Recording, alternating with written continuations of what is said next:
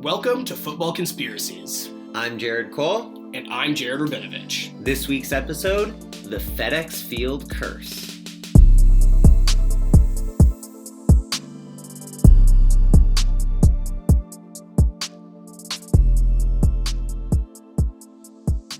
So, Jared, what conspiracy did you bring for us this week? We're actually going to be speaking about a story that you mentioned a few episodes earlier in an ending segment. I was pretty interested by it, and I thought it deserved a little bit more investigation. Which one would that be? Do you remember the Alex Smith, Joe Theismann story you told me about the similarities between their injuries? Yeah. I decided to do a little more snooping, like I was saying. And what I found is that the injuries of Smith and Theismann are merely the tip of the iceberg and simply a gateway into a much more complex tale. Do you happen to know what I'm speaking about today? Well, I knew that the Redskins were like a kind of cursed franchise when it came to quarterbacks specifically. So I think that might be what you're going for, unless... So it has a little bit to do with that, and definitely to do with the legacy of RG3 and his plagues of injuries. But it's a little bit more than that, and it has less to do with the Washington football franchise in itself and more to do with the stadium that they play in, the FedEx Field. Have you ever heard of the FedEx Field curse?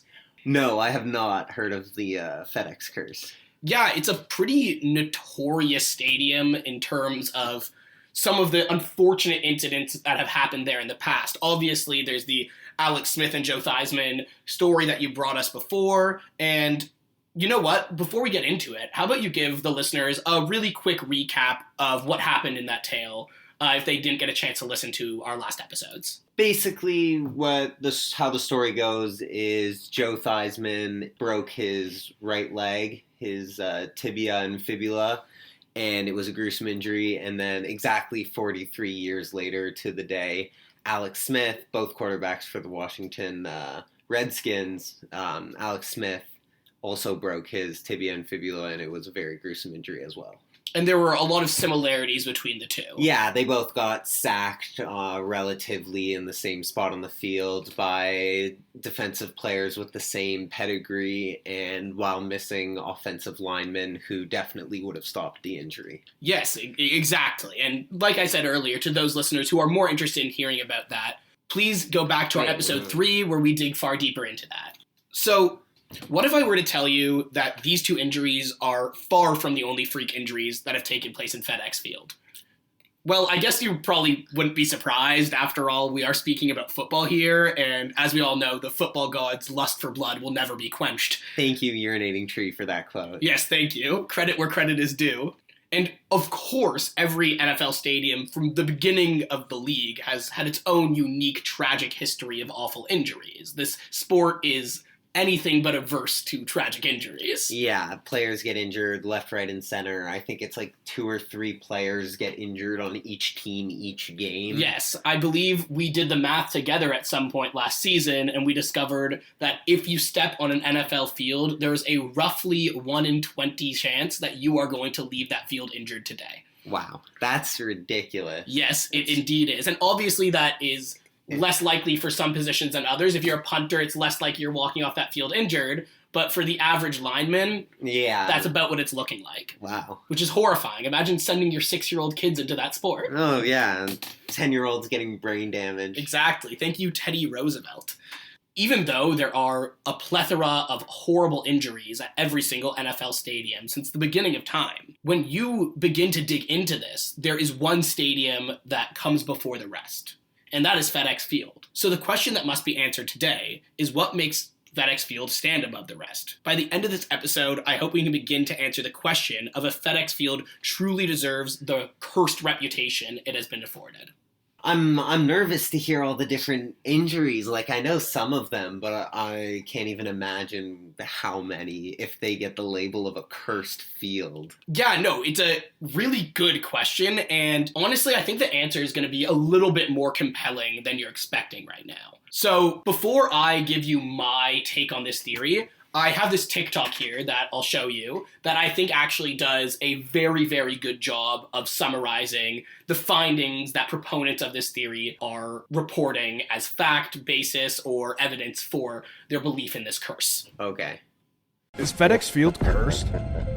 Time after time, FedEx Field has been home to many significant injuries for NFL players near the same part of the field around the same time of the year, and quarterbacks have been the main victim of this field. All of this has created a massive conspiracy theory around the NFL, calling it the FedEx Field curse. Joe Burrow tore his ACL here on November 22nd, 2020. Kyle Allen dislocated his ankle here on November 8th, 2020. Alex Smith suffered his gruesome leg injury here on November 18th, 2018. Joe Theismann suffered his horrific leg injury here on November 18th, 1985, and that's going to be a whole other video because the similarities are insane. Chase Young tore his ACL here on November 14th, 2021. Adrian Peterson tore his ACL here on December 24th, 2011. Ryan Fitzpatrick retired after injuring his hip here on September 12th, 2021. RG3 tore his ACL, MCL, and meniscus here on January 6th, 2013. RG3 also dislocated his ankle here on September 14th, 2014. And Jalen Hurts was damn near crushed here on January 2nd after fans caused a railing to fall. Pretty weird coincidence if you ask me. Is FedEx Field cursed? So what do you think of that video? Yeah, that's fucked. Simply, it is. It's Simply put, it's a lot of injuries to have taken place in a very short distance of each other. Yes, and all of those injuries that you saw happened between 2011 and today, apart from the Theismann injury. Yeah, so that means that injuries for the past 13 years, and it's a lot of injuries, especially quarterbacks. It's a really high percentage of quarterbacks, which I think is something that is quite a sticking point for theorists here. Here's a list of some of those famous injuries that took place that we had just heard about in the video. Adrian Peterson was awkwardly tackled and tore his ACL in 2011. In 2013, RG3 tore both his ACL and LCL. In 2018, the horrible Alex Smith leg injury took place. In 2020, famously, Joe Burrow injured himself and was out for the rest of the season with a lower body injury that tore a few ligaments. In 2020 as well, Kyle Allen also had a leg injury. In 2021, Ryan Fitzpatrick was tackled to the ground and placed on the ER with a hip injury. Also in 2021, Chase Young tears his ACL. To say the least, this is a lot of quarterbacks being injured within a short period of time in a very small area of the field. And if you look at it, very similar injuries. A lot of ACL, a lot of leg injuries. Yeah, and only two of the names you mentioned weren't quarterbacks. That's right. Which, yeah, that's kind of crazy. I need to make certain that the audience knows, and for football fans, I'm sure they've already guessed, that this is certainly not an exhaustive list of injuries at FedEx Field. This list doesn't go back further than 2011, like I mentioned, so I didn't even mention Joe Theismann. It's also more big-name players, it seems. There's always those linemen, those extra defensive and offensive players who get injured, but... Exactly. That is the main aspect of this list that attracts proponents of this belief to it. When they look at it, they go, oh my god, this is a lot of big names to be hurt in one stadium over a short period of time. To which I completely agree. It is an incredibly weird coincidence. Very weird. Regardless, this is a near comprehensive list of the injuries believers in this theory will point out as proof of the FedEx Field curse being real.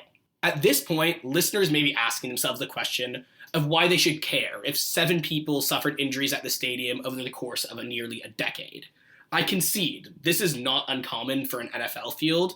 While solid numbers are hard to grasp, this does not seem to be a huge outlier in terms of frequency of injuries at an NFL field. No, I think I don't think it's the number of injuries that's taking place. It's the high profile and the longevity of those who do get injured. From doing my research, I came up with 3 aspects that I believe are the reasons why people have glommed onto this theory. And the aspects of these injuries that I think people really pay attention to and why they're such a sticking point is 1, the type/severity of the injury. 2, the player who was injured, like we were discussing previously. And 3, and I think most obviously in terms of a curse, the location on the field of the injury. So it's not just the stadium itself, it's like the actual positioning on the field. Well, do you remember the diagram I showed you earlier? I could pull it up right now. Yeah.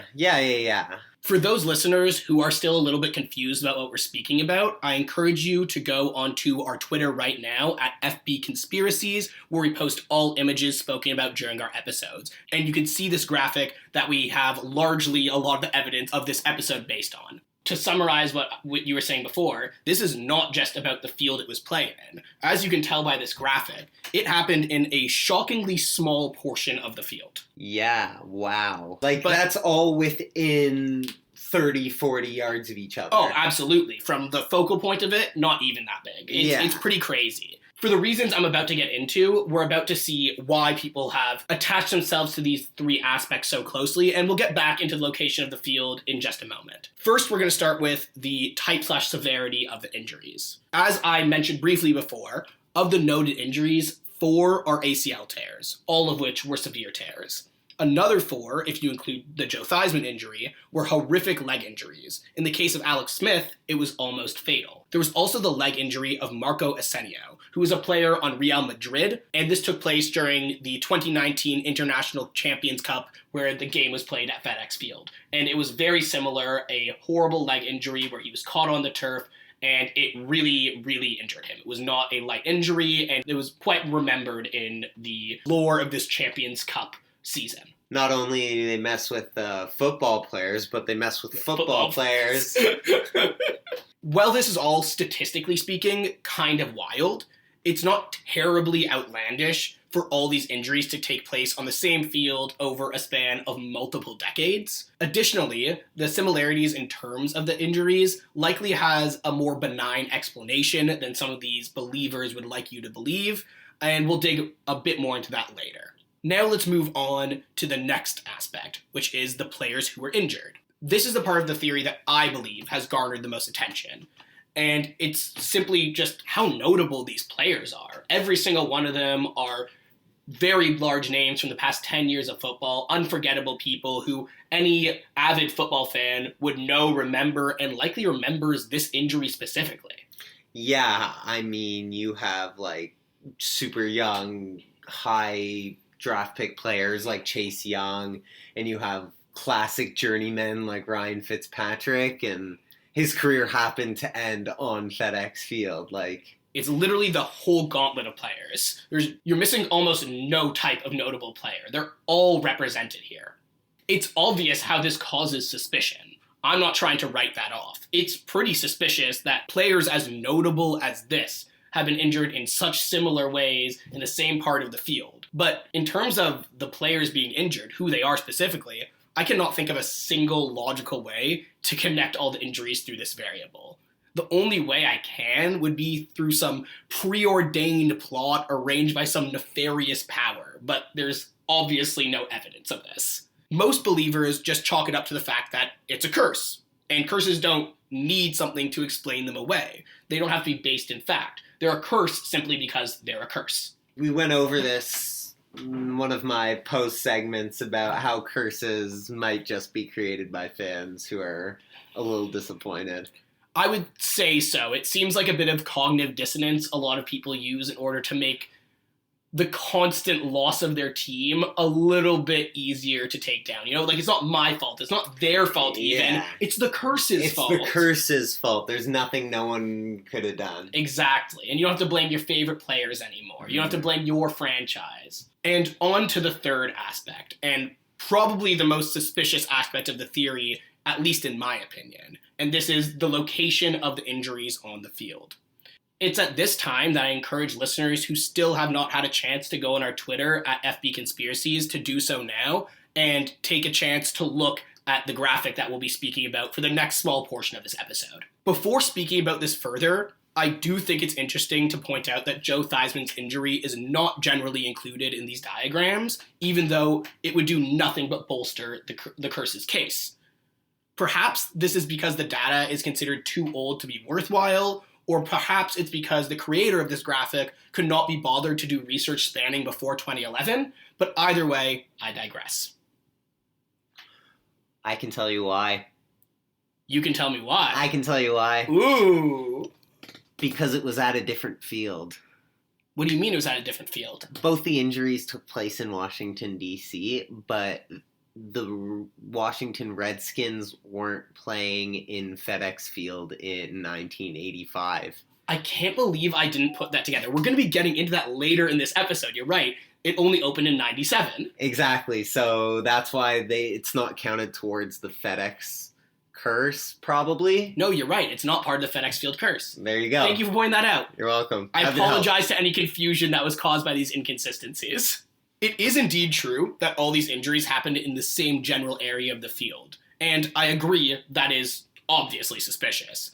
But I'm not sure it's suspicious for the reasons many other people do. I will get into my explanation for this in the next section, but for now, this is the bulk of the evidence presented by proponents of the curse. Before we get into my debunking of this theory, there is one more incident that must be spoken about when talking about the FedEx Field curse, and that is the Jalen Hurts incident in 2022. As briefly mentioned in the TikTok, in 2022, after defeating the Washington football team, Jalen Hurts began making his way towards the exit at the corner of the field towards the locker rooms.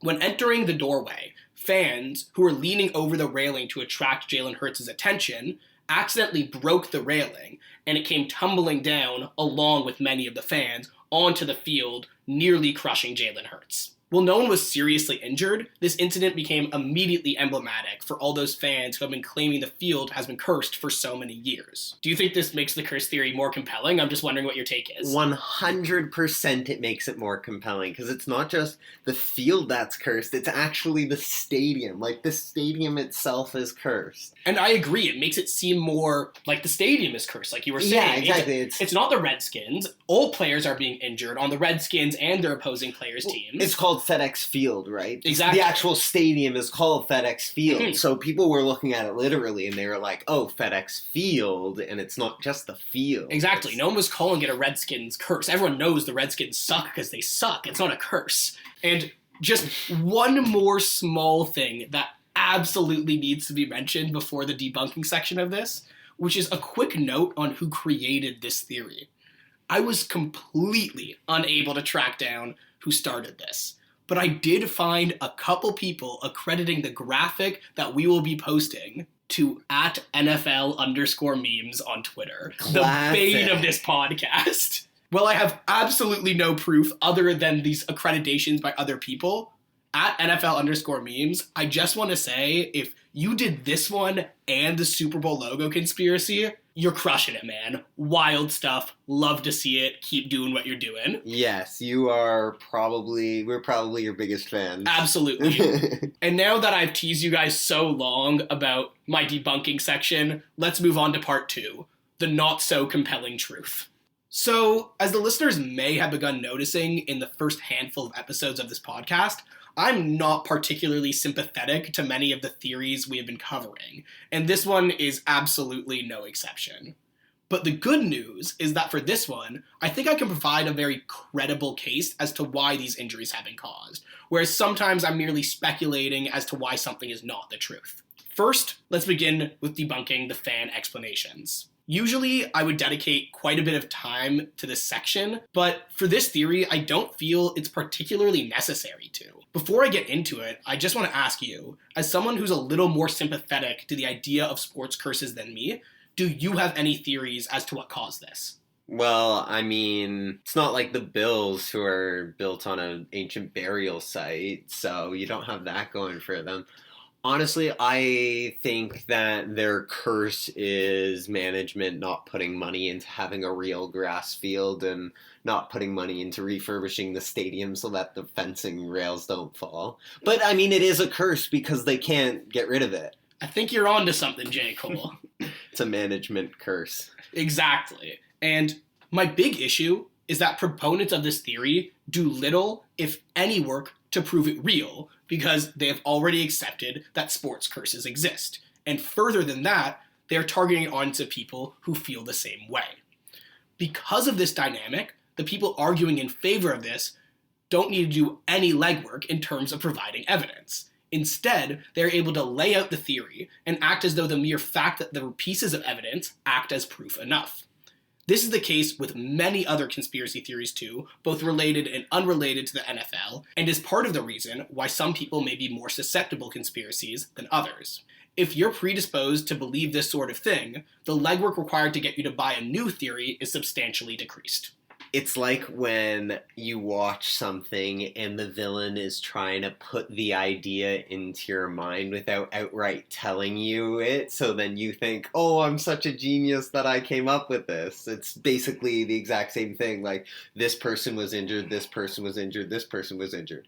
Oh, because of that, I think that maybe there's a curse. You're a genius. Good job. That is absolutely true. With most conspiracy theories, you have to give people a hypothesis, then provide them evidence. Whereas with things like curses that are meant to be explained by some supernatural entity instead of people who are nefariously acting, you can just lay out the evidence and go, but make your own conclusion. And that's obviously what's happened here. Yes, very much so. Now that I've explained why I think the curse is a little bit overblown and why so many people have glommed onto this theory, let me tell you my explanation for the FedEx Field curse. Let's hear it. To put it simply, I don't think a supernatural entity has it out for FedEx Field or its patrons. And a bit of history into FedEx Field might actually help listeners realize why this is the case. In the 1990s, the owner of the Redskins at that time, Jack Kent Cooke, decided he wanted to construct a new stadium for his NFL team. He did not do this out of love for the game.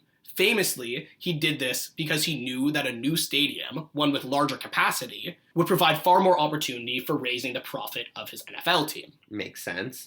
Of course it does, and it's the same thing that has plagued many NFL stadiums. But usually, when they go and move on with that project, they have a little bit of love for their fan base or their players in there. Yeah, they're trying to make the stadium more fan-friendly. Exactly. And the more fan-friendly it is, the more people want to come. In Jack Cooke's calculus, it was the bigger it is, the more people can be there, the more people will come. Okay. Which is obviously like a pretty terrible way to think about it. Yeah, pretty like plutocratic and not really like looking at the motivations of real people, but it's pretty well reported that this was his motivations. And with these less than upright motivations, Cooke set about building the stadium, and it was set to open in 1997.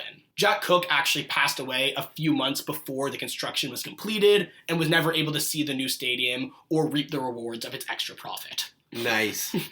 In 1999, 2 years after the stadium opened and 2 years after the death of Jack Cooke, Dan Snyder bought the team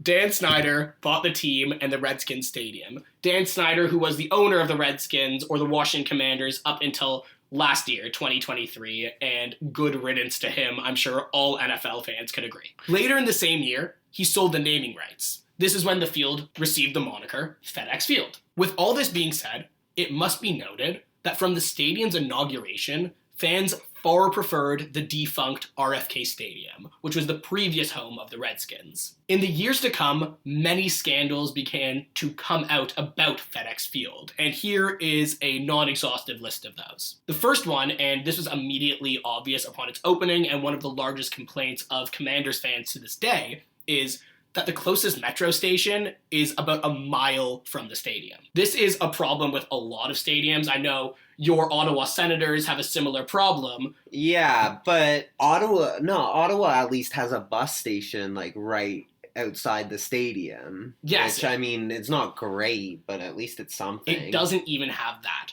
What it does have instead is a private transportation service run by the stadium itself, which is apparently incredibly overcost. Federal regulations permit the government from creating a public option any closer to the stadium than they already have. So because they run this private one, a federal regulation blocks the government from building the fans a cheaper, more convenient one. And the one that's a mile away is the closest the government is allowed to get. Again, this is why we booed at the beginning. Absolutely, just pure profit motives. Dan Snyder was the perfect person to take over for Cooke. If it wasn't annoying, I would be booing for this entire section. Exactly. Another scandal was in 2007 when the Redskins announced that they would have 1,488 what they called dream seats being built. And these were seats that were right on the field, just behind the team. Like, this sounds like the coolest football viewing experience ever. Yeah. And, like, to me, like, I would want to be there in a heartbeat. Yeah, that would be so cool. So, obviously, these seats cost more than box seats. Yes. A little more desirable. goal. What he didn't think through was the fact that you're right behind the teams on the field, so you couldn't actually see anything. There's no raised platform. You're on level with the field, so you're pretty much just looking at players on the bench's backs. That sucks. For premium prices. So fans criticized it for being a high price tag with a very low quality viewing experience. Between 2011 and 2015, somewhere between 18,000 and 20,000 seats in the stadium were removed due to lack of demand.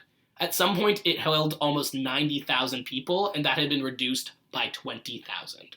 I don't understand how they make money by taking out seats. Like, why can't they just, leave empty seats in the stadium? They cited in their explanation for this that it was the requests of season ticket holders, which I found a little bit odd, but apparently they just weren't filling out seats, and I think the idea was if there was less area for vendors and that sort of thing to cover, maybe they'd be able to bring the less fans better service. Okay. But that's just my explanation for it. I did not see any true explanation other than them citing it was what the season ticket holders wanted. Okay. Still weird. Yeah, it's sketchy nonetheless. Yeah. In one of my favorite incidents to ever take place in FedEx Field, in 2013, just before the NFC wildcard game, FedEx Field groundskeepers did not properly landscape the field.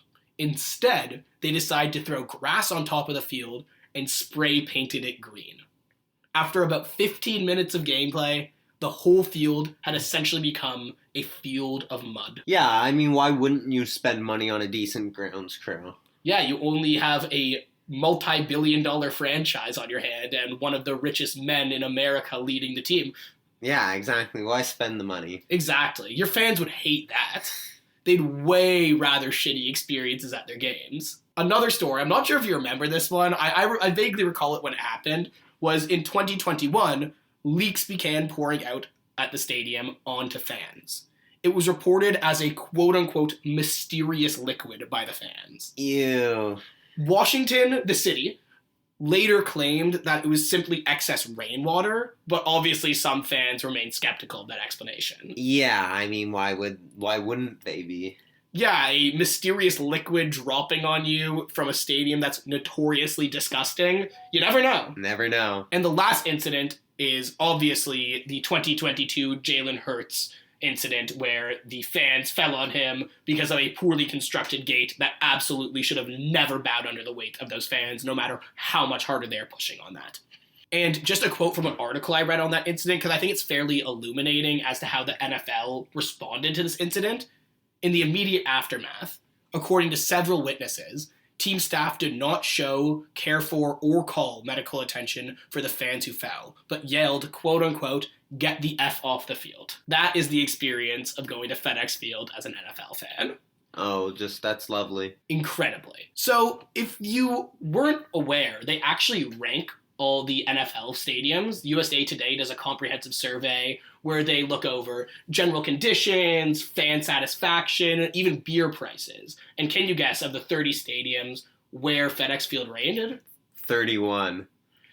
Unfortunately, they couldn't give them the notorious 31, but they absolutely got 30th place. Dead last. And if you just want to read to the listeners this quick excerpt from a USA Today article covering this survey. FedEx Field, home of the Washington Commanders, was ranked the worst NFL stadium in the league. The bottom of the heat position was attributed primarily to deteriorating stadium conditions and a dismal product on the field, according to USA Today. Bet for the Win, part of USA Today's sport media group, ranked all 30 stadiums and found that the 25-year-old home of the DC area's NFL team placed last. Look, there's no way around this. FedEx Field is awful. It's literally falling apart. Remember when a railing gave way back in January and sent a handful of Phillies fans tumbling at the feet of Jalen Hurts? Caroline Darney, managing editor for Bet for the Win, wrote about FedEx Field. It's a pretty damning review of this field, especially coming from a team with a long history and one that has an incredibly wealthy patron that should be able to take care of their fans better than this. Yeah, for sure. That's awful. I mean, when you take all of these factors into account, I think the explanation for the FedEx Field curse becomes a lot more benign. In my humble opinion, there is a very strong case that the tragic injuries and other unfortunate incidents taking place at FedEx Field are not because there was a curse or because it was built on top of a Native American burial ground like J. Cole mentioned earlier. Rather, these incidents can be blamed at the stadium for being built for the sole purpose of driving up profits, with little to no regard for the satisfaction or safety of athletes or fans. No, it's sometimes you hear about like stadiums that are good for players and sometimes you hear about stadiums that are good for fans. This is a stadium that's good for no one. And that is the unfortunate truth. The fortunate news I can bring to you at the end of this story is that the Washington Commanders are hoping to find their new stadium at the beginning of 2026. Like, they're going to start looking for land to build the new stadium on? They're already in the process of this. They're hoping to have the stadium ready by the 2026 season. Okay, so 2 years. That's not bad. Exactly. Only 2 more years of horrifying ACL tears on the docket. And falling railings. Exactly. Let's hope that Commanders fans are defended at least a couple more years against any horrifyingly gruesome injuries or any more mysterious liquid dripping onto their heads. Yeah, exactly. Here is some wackier stuff I found. I found this article by Vic Gold in the Washingtonian, and upon reading it, I was literally giddy. Like, I swear to God, I was sitting there like a little kid, like my feet kicking. What is this article? This was the most perfect story I've ever found for a podcast. Stories like these is the reason we made our podcast. I'm so excited to hear this now. Let me give you a brief overview of this article. It was published on August 1st, 2004, and it begins with a quote from the coach of the Redskins at the time, Joe Gibbs. I'll tell you this, if we lose games this year, it won't be because of Dan Snyder. It will be because of me, the coaching staff, and the players. Immediately as we begin the story, it's telling the tale of Dan Snyder opening a letter from a woman who's referred to as Madame Cassandra. In this letter, it was explaining that the plight of his team can actually be explained by a supernatural phenomenon. It was said that he opened this just after the end of Week 5, when Washington had lost 31-30 to Baltimore in a game that ended with a 65-yard field goal. Oh, that's tough. This was also the Redskins' 5th straight loss. Nice. All by flukes. By flukes? Every single one. That's harsh. There was a 1-point loss to the Giants, a overtime loss to the Cowboys, and a double overtime loss to the awful that year Cleveland Browns. Double overtime? Yes. I'm quoting the article here. This sounds like my segment on the podcast. Yes, it does, and it's only going to get worse. Oh. In this letter, Dan Snyder was reading from the mysterious Madame Cassandra, had a part that read, "Dollar for dollar, you are the best team owner in football and deserve a better return on your investment." She was explaining that if he could only invest $50,000 into her company, she would ensure that the Redskins would no longer be cursed. It sounds like a bargain. To this, he thought, that's a bargain. Exactly. He's a billionaire. What's $50,000? Just pocket change. Yeah. So, counterintuitively, he decided to give her the money. Okay. Did it work?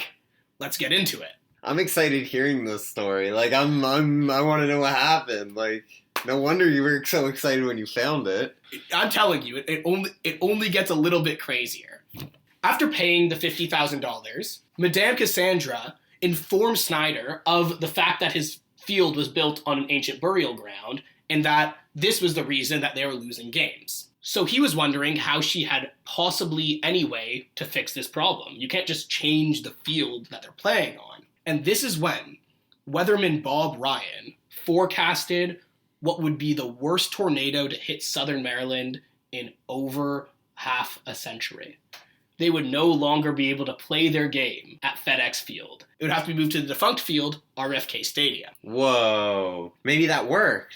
That week, the Redskins won against Green Bay Packers 24-7. Oh, very nice. The rest of the article goes on to say that this mysterious Madame Cassandra is a trained psychic, and Snyder was relying on the opinions of her in order for prognostications to make sure that they are able to avoid FedEx Field at all cost, continue playing at RFK, and maybe get to that elusive Super Bowl. But as I continued the article, it started becoming a little more questionable to me as I was moving on, and it started saying things that I wasn't exactly sure were real. For example, I didn't catch it my first time around because I was just skimming it, but you caught it. Double overtime? Yeah. That's not a thing in football. Yeah. So I decided, before I get too excited, which for the record, I was already too excited, I'm going to do some research on this. And within 10 seconds, I realized I had just been duped by like an obviously satirical article.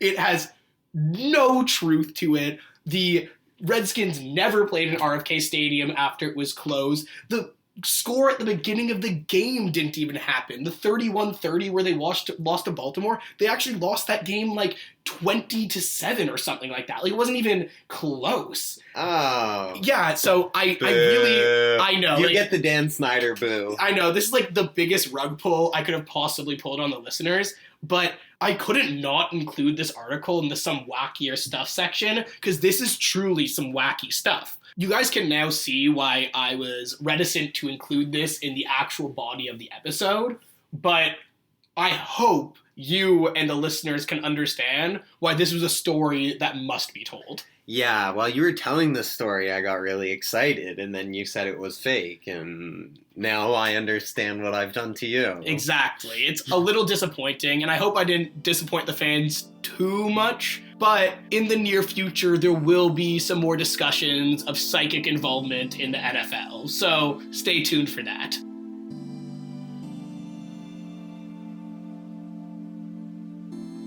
Alrighty, welcome listeners to my segment of the podcast where I delve deep into the bizarre and unexplained occurrences that make you question the reality that is the NFL. I've got some mind-bending stories and stats that will have you reaching for your tinfoil hat in no time. Jared, do you remember when the roast of Tom Brady came out and we watched it? Yeah, of course. Hilarious. It was awesome. Yeah, that was so funny. Great of Netflix to do. Absolutely. There was a story though. Well, not really a story. It was more a comment made by one of the performers, and it caught my attention, and I had to do some research into it, and I think it makes the perfect story to end this podcast. Can I venture to guess that the performer you're talking about is Randy Moss? It's actually not. Okay, because he had a lot of material that I thought I'm going to dig into in a later episode. So I'm very interested in what you have to say. Yeah, no, this actually came from Robert Kraft. Really? Yeah. So the quote Robert Kraft gave in the roast was, "In case Vladimir Putin, you're watching, give me my fucking ring back, will you?" Yeah, I remember that. I was pretty confused. Yeah, I saw that and go, why does Vladimir Putin have Robert Kraft's Super Bowl ring? I'm glad you thought twice about it, because I didn't. And so I looked up the story, and it is crazy. So the details are a little weird and very intriguing, and especially in a geopolitical landscape and everything that was going on, especially with US and Russia. Of course. No, like at the time. Oh, at this very moment. At the very when he lost the ring. Okay, I'm very, very intrigued.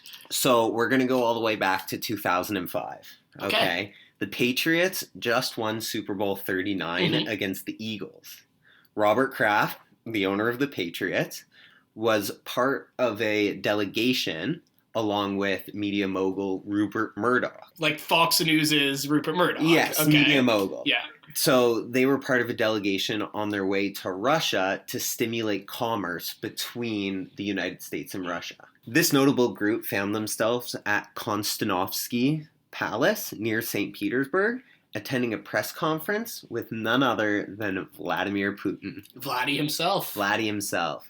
So the then Citigroup president, Sandy Wheel, suggested that Kraft show Putin his impressive Super Bowl ring, a 4.94 carat diamond ring worth $25,000. And was this the ring he just got? Like the this 2004 was, season was ring?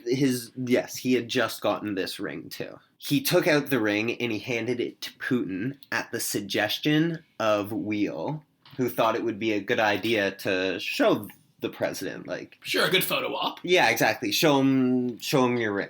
So he pulled it out and he showed it to Putin. According to Kraft, Putin tried on the ring and said, "I can kill someone with this ring." Then, in a move that left everyone shocked, Putin put the ring in his pocket.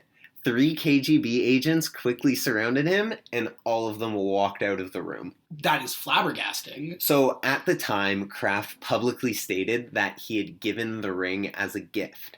However, in 2013, he revealed a different version of the story to New York Post. Kraft claimed he never intended to part ways with the ring and had been pressured to say it was a gift by none other than the White House and the Bush administration. They had been keen to avoid an international incident and urged Kraft to confirm that the ring was a present, emphasizing it would be in the best interest of US-Russian relations. Imagine receiving a call from the White House urging you to part ways with something of such great personal value. Like, Robert Kraft loved this Super Bowl ring, apparently. I don't know if he has overemphasized it since because he lost it, but he really wanted this ring back. Because he didn't want to see it end up in the wrong hands. He didn't want to see it on eBay. He wanted his 2005 Super Bowl ring. On one hand, it's hard for me to feel bad for Robert Kraft. On the other hand, that just sucks. Like how do you? I can't even. That's like literally a old person taking candy from a baby. Like, that's incredibly mean. Yeah, it's wild. And so Putin has made a statement saying that the ring was a present and that Kraft is lying when he said it wasn't. So of course there's that. So what is the ring's fate? It's likely still in Russia, and no one has seen it since. The Super Bowl ring saga is a reminder of how interconnected and unpredictable our world can be. It transcends the boundaries of sport and geopolitics, especially in a crazy time like today. Like, you know what? Fucking wild. Next time I'm in St. Petersburg and I go to shake Putin's hand, I'll see if it's still resting on his right hand ring finger. Yeah, if I ever meet Vladimir Putin, I'm gonna point blank ask him, do you know where Robert Kraft's 2005 Super Bowl 39 ring is? He pulls it immediately out of his pocket right here. I'm gonna kill you with it now.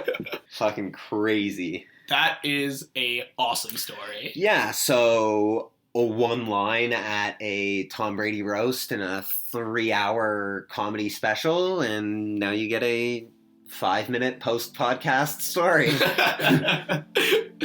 Well, I guess thank you, Robert Kraft, for your... Thank you, Tom Brady, for winning the 2005 Super Bowl for New England. I put it like that. Yeah, exactly. And also thank you, Tom Brady, story. for letting us have that roast. Yes, 100%. That was amazing. Amazing.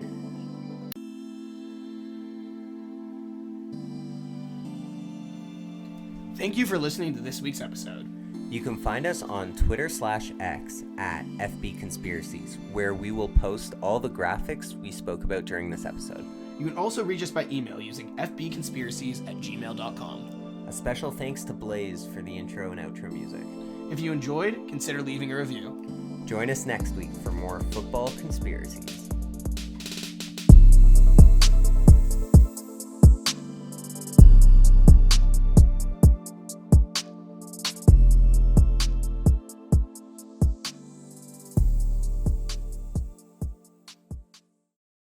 Nah, don't apologize. Own it. Yeah.